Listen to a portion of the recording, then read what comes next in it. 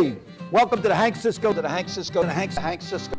show. Ladies and gentlemen, please don't touch that dial. I have a special guest today. Well, it isn't how many times you get knocked down, it's how many times you get up. Manja, okay. Go to right, you gotta throw the shoulder around with it. Right?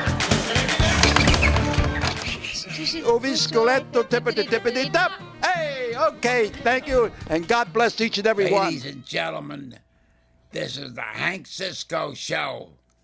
Let's go.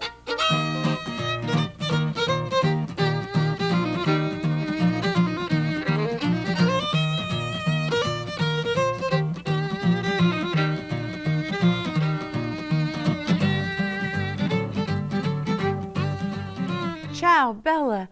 Welcome to the Hank Cisco Show. I'm your host, Barbara Ann Zippi, executive producer of Geobella Living Italian Style.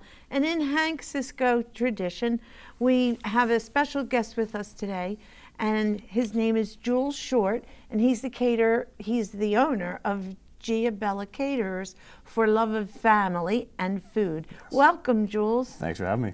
It's really a pleasure. First of all, Geobella is a beautiful name, and Bella in anything in Italian always means beautiful. Yes. And you brought with us today a beautiful, beautiful Italian platter. Yes, I did.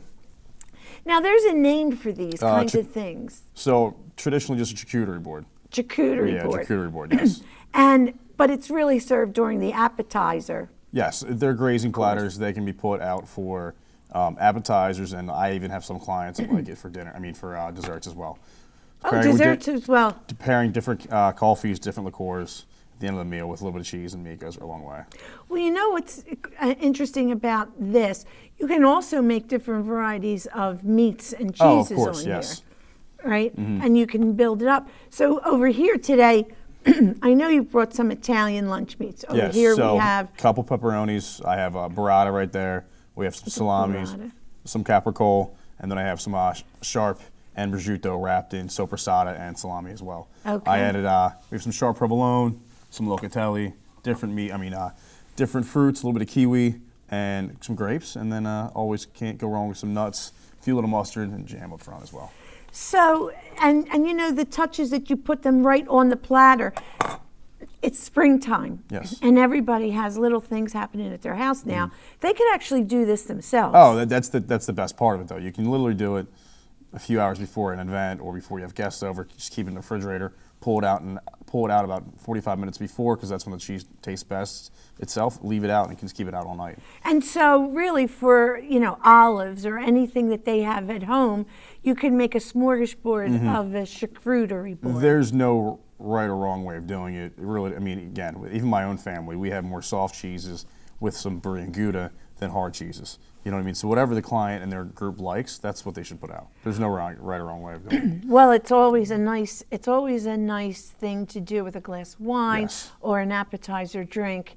And again, like you're saying, you can end it with dessert as well. Mm-hmm. But we want to go back and talk a little bit about your food service background and culture, because it is in your family. Yes. So I grew up in a family business. We owned for 35 years in Exton, PA. We started as a small pizza shop. Where was it? Exton, PA, right next to the Exton Mall. Okay. Will people know the name? Yeah, it was called Reno's. Reno's? Yeah, we were there for my grandfather. My father bought it from the original owner, and then they built it up from 10 seats to 350 seats. Wow. So that 35-year run, we had a really long time. And now, during that 35-year family business run, how old were you when you started first working in the family business? My first day, I was 9 by myself. So basically, we the manager, and I was just running around making sure things were okay. By the time I was 19, I was running the whole restaurant myself, and at that point, we in that run of 35 years when I was 19, my family bought a bed and breakfast out in Kennett Square called the Inn at White Wing Farm, right next to Longwood Gardens. So actually you had the restaurant at the same time in Exton that you started the Inn at White Wing Farm. White Wing Farms in Longwood Gardens. Longwood Gardens. Big travel area attraction. Tourism is 80%, almost 90% of our business. From Thanksgiving to the second week of January, Longwood Gardens runs their light show. They see about 1 million guests in that time period. So we do, well, most of my guests go to Longer Gardens for their different shows and such. How did your father go from having a pizza shop to saying, oh, one day I want to get a bed and breakfast or an inn? It actually all stemmed from a catering business, and we did, the goal was to buy a property we could hold the weddings and have the venue and the catering aspect of it. We found White Wing and found out that, it wasn't conducive for weddings, but they loved the property, and my dad was like, I can see myself retiring into this. So you can cook every morning, you live at the property, you really can't go wrong. Everyone's happy because they're staying at an inn. It's a small vacation for someone, so it makes life easy. And it's a nice environment to work around. How many acres are you 17. sitting on? 17 beautiful acres. And you do indoor events, outdoor events? Outdoor events, yeah. And now, in time, the family decided to sell the restaurant in Exton. Yes, my daughter was born, and I decided that I felt the best choice was to sell. So once my daughter was born, I sold the restaurant, and then 6 months later, in about December, Geobella Catering came about, and been running with that ever since. So now we have to ask you how you got the name Geobella. It's actually named after my daughter.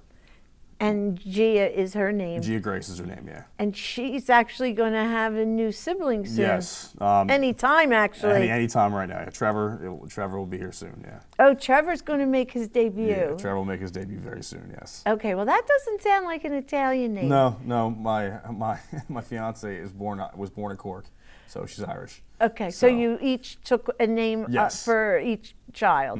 Yes. Okay, well, that seems fair. That seems fair. Now let's talk about Geobella Catering a little bit and what's happening in the industry today with families and how they're using catering services. So as far as families using catering services, we do everything from corporate events to small family parties, from even baptisms to bridal showers to baby showers to even small family dinners where guests don't really feel like cooking because you have people coming over your house. And that is a nice trend to have happen today. It's super hectic. I mean, you understand, you host people, you're probably used to having 20, 30, even more for dinners, lunches. You wake up and start cooking, you prep everything, you cook it, you have dinner, and then you clean up after. And then how do you even enjoy the guests? You can't. You wish you had an extra pair of hands. You know what I mean? So like we got lucky with finding that niche of we do a lot of things where I will drop off partially cooked or prepared foods. The guests can put it in themselves, serve dinner whenever they like, or our staff goes in and takes care of it for them. So now that means that it doesn't have to be connected to the inn, that you can do off-premise catering is what we're talking about. Yes, correct. We do probably 80% of my business off-premise.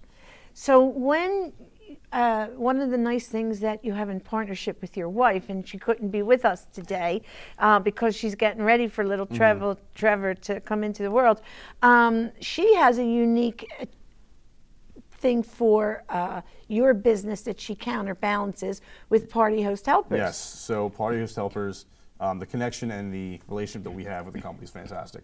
They have the servers, the bartenders. When a company or a group are having guests, they say, hey, look, we need a bartender and a few servers. We offer them food. It's one-stop shop. It's fantastic. And with the addition of Party Host Helpers to our relationship and our operations, we have the opportunity of having those guests get our food, but also being able to enjoy the party because you're hosting people. You want to talk. You want to enjoy. You want to have a nice glass of wine with your best friend or family member you haven't seen for a long time.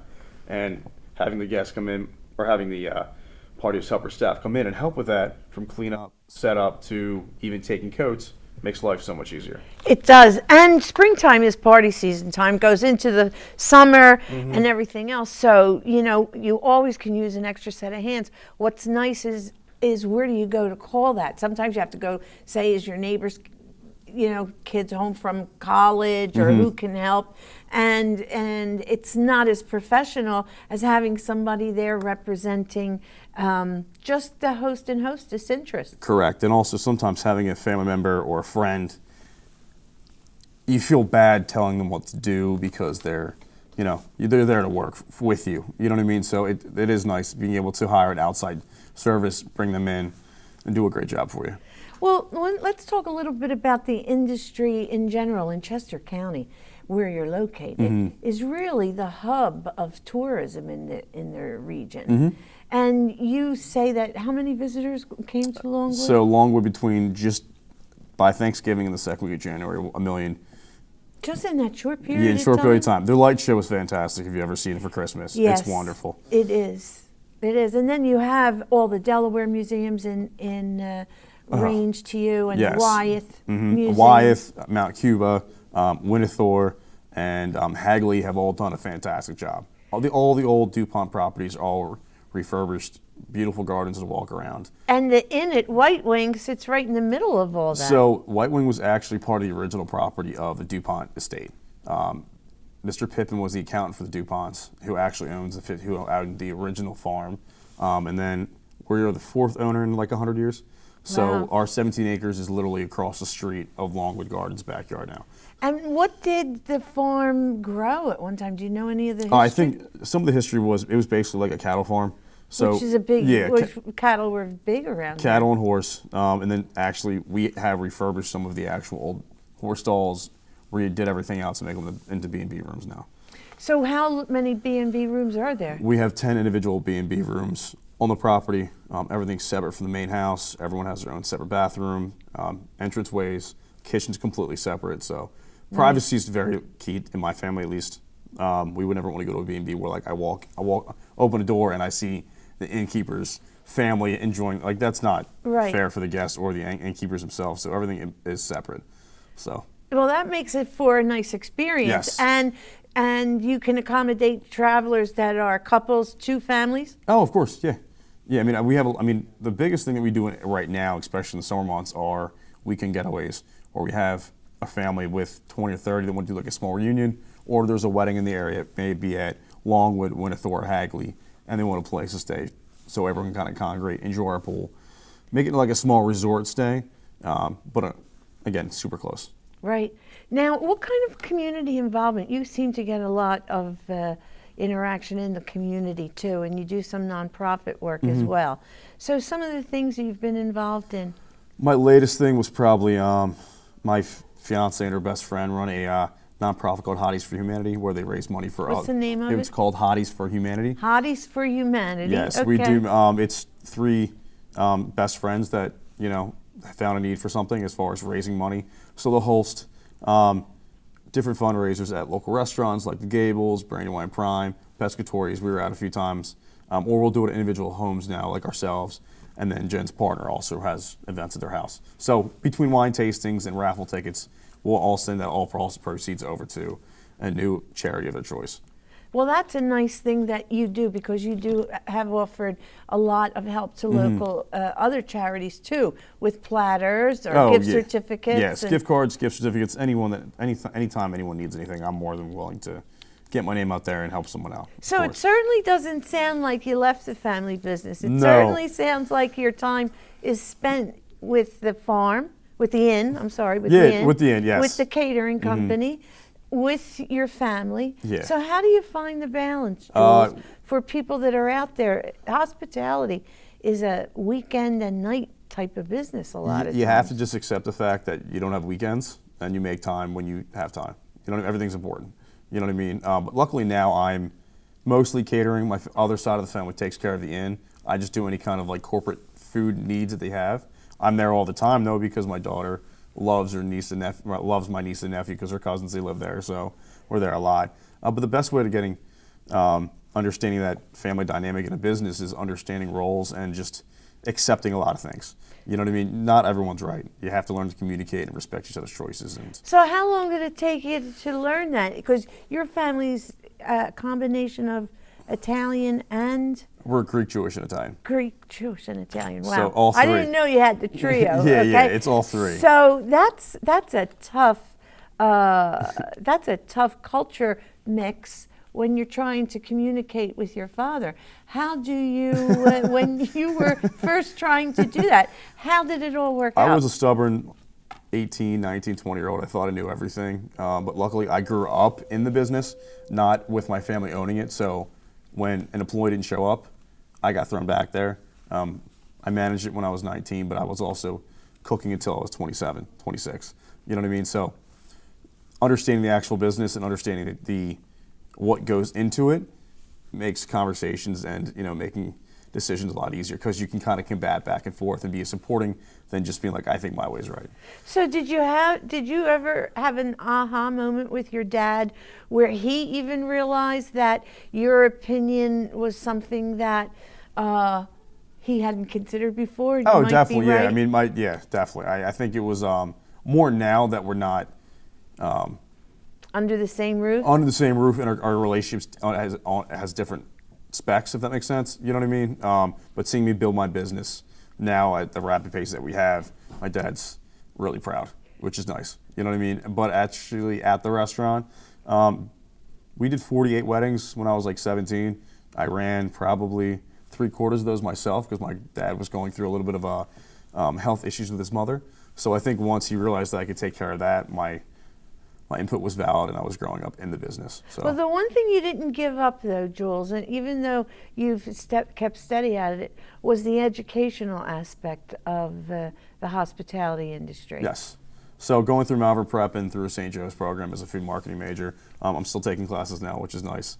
But as far as learning, I still go to cooking classes. I still travel. I still occasionally will walk into kitchens of other restaurants or catering facilities I'm friends with and just talk to the chefs, talk to my friends, and see how I can help out.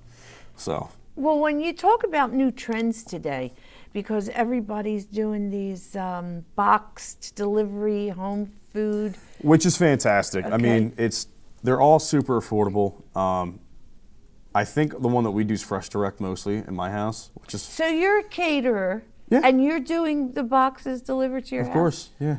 Here's the thing, though, too. I mean, I'm gone probably 4 to 5 nights a week. Okay. So if my fiance needs to feed my little one herself, she can. You know what I mean? It makes life a little. It's fresh. It's kind of already prepackaged, prepared, ready to go. It's a half-hour max. Prep time, cook time. Okay. So it makes sense. That does make sense. So that definitely comes into. It helps a lot when I'm gone for long periods of time. But if I'm home during the week, I cook from scratch. Gia's up there with me, learn how to make sauces, bechamels, different stocks, how to slow roast things, like traditional, like real cooking. So it's nice. Well, let's talk about some of the things that people still make at home today, because they do lots of traditions, like the homemade wine and homemade limoncellos. Do you see an awareness happening with people today in the food industry, aside from their dinners that they have to cook every night? I see that there's my own experience. We've lost the tradition aspect of culture and like where you come from. So the best way to tap back into that is through food, in my opinion, or drink. Everyone loves the farm to fresh idea. So making fresh limoncello, fresh wine, it brings back families together and like, oh, I did that with my great grandmother. Oh, now we're third generations. And there seems to be a resurgence in doing those cultural dishes. As far as, just my background, we had 5 generations still alive when we owned the restaurant. My great-grandmother was 101, Gia was 8 months old. So that was important to us. You're always trying to keep food, always kind of kept the family together. So. Well, it is food and around the family table is something that's important. And I do want to talk about that, because one of the things Italians, Greeks, and Jewish people do a lot are Sunday dinners. Yes. Okay? Or Friday nights in the Jewish tradition, I think, and Sundays in the other 2 traditions. So how did you balance your Jewish culture with your Greek and Italian roots? We kind of made a spin on our own self, if that makes any sense. We took everything that we loved and put it all together. So like the 7 fishes growing up, we do like a seafood lasagna. So we take 5 to 8 different types of seafood and make lasagna. We actually sold that on QVC when I was growing up, so that's one thing I do now as well. But as far as family dinners, we just want to make sure that everyone's together. And like I said, even starting off like this, whatever your family does or likes, that's what you put into it. So we don't try to put borders around the cultural aspect, but want to bring the things that we remember, like from all 3, and just kind of make our own. So and that is and that's a valiant effort. A lot of the families, if they could sit down a little bit, even if it's once or twice a week, that they make a commitment to sit together and eat. Because as they're raising their families, kids are running out the door. Who's got school schedules, soccer, after school religious classes or language classes or what have you. It seems that the kids have a life that takes over the family life. Yes. And so there does need to be a balance, and that really, everybody has to eat, right? So it does seem to be the tradition to try to bring them around the table at the same time. We're lucky. Everyone's super close to my family as far as like distance from each other. But our family dinners end up starting at like 8:30, 9 o'clock on a Sunday.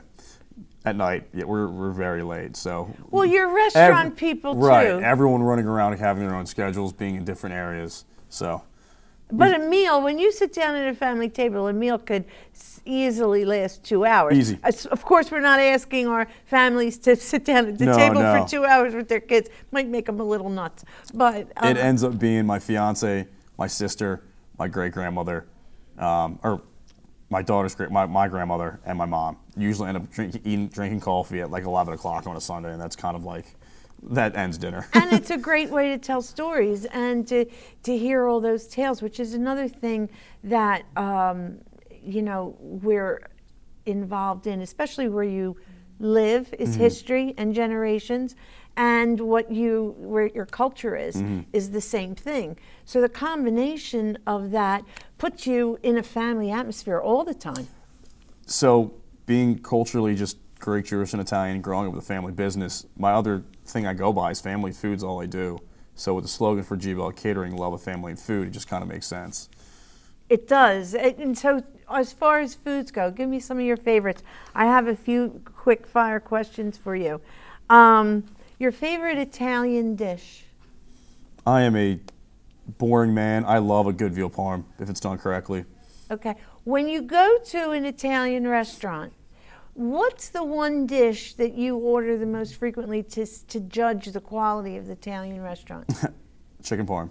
If it's fresh, hand-breaded, sautéed correctly, a nice cheese, and just, I'm not a huge pasta fan, unfortunately, just because I grew up making it and being in a kitchen. But if the tomato sauce is too acidic, too runny, if you mess that up, it shows well. And mine is clams and spaghetti and okay. white sauce. No, of course. It's usually one of the first dishes I order because if they make that good, everything they have else a goes handle across. on everything. Yeah, that's an interesting thing. Your family history from the old country.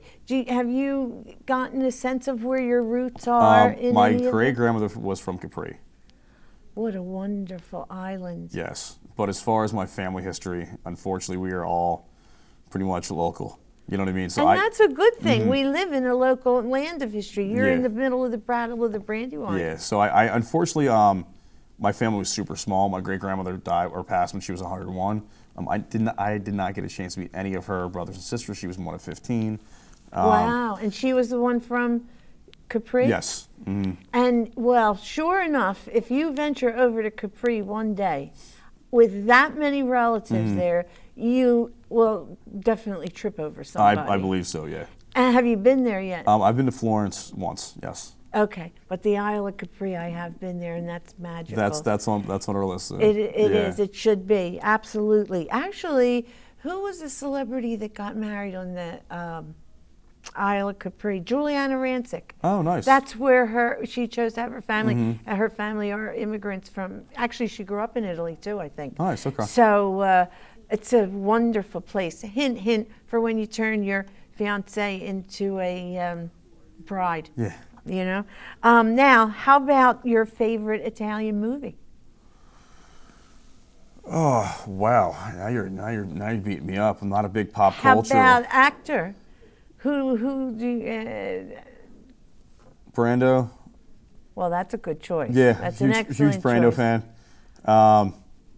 De Niro, I'm a huge fan of as well. And he's getting a lot of play.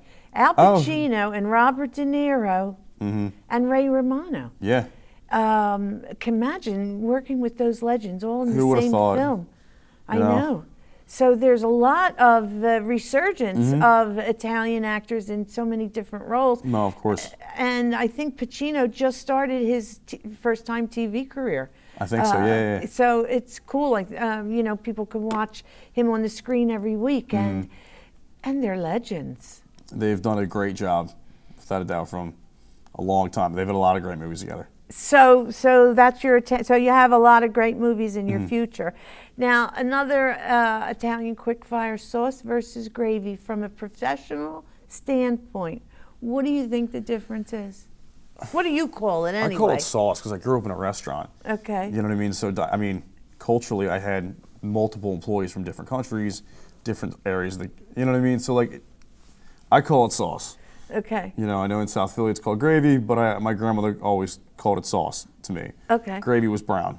You know what I mean? And especially if you're in the restaurant business, because you have a lot of clients that are not Italian. Yes. And sauce to them is brown. And I realize, being in the industry,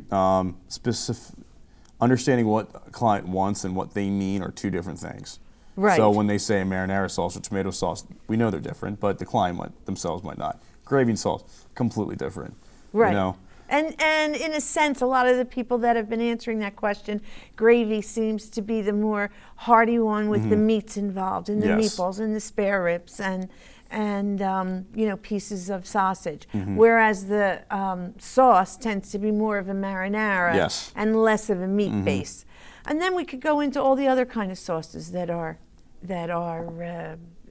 derivatives with a blush sauce. Vodka and blush, same concept. One has vodka, one doesn't, but when they come out, the taste comes out the same. And easy to make at home. Of course, yeah. Not really difficult things at all. Not really difficult. I mean, look at pesto sauces now. Yes. It's not just basil. People are throwing kale, arugula. They're even doing spinach as well. So, I mean, luckily food changes and grows with age. You know, when I was shopping, I recently saw a package that said bone broth.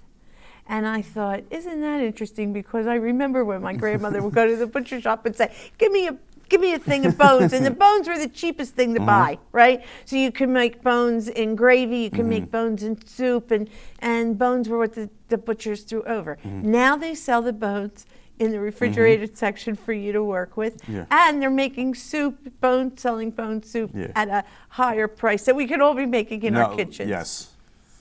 So it's an interesting evolution, because farm to table has made a big impact on everybody. Oh, without a doubt. Yeah. Look at short ribs. Oh my gosh. Short ribs, when I was growing up, short rib was kind of what everyone ate. It was super affordable, and now you're getting $28 to $32 prices of a dish that's just short rib and some potato. You know what I mean? Like, I know. Well, it's always interesting to talk about food, Italian culture, a little bit of family business. And we wish you a lot of luck with your new adventure and coming into the world with your expanding family.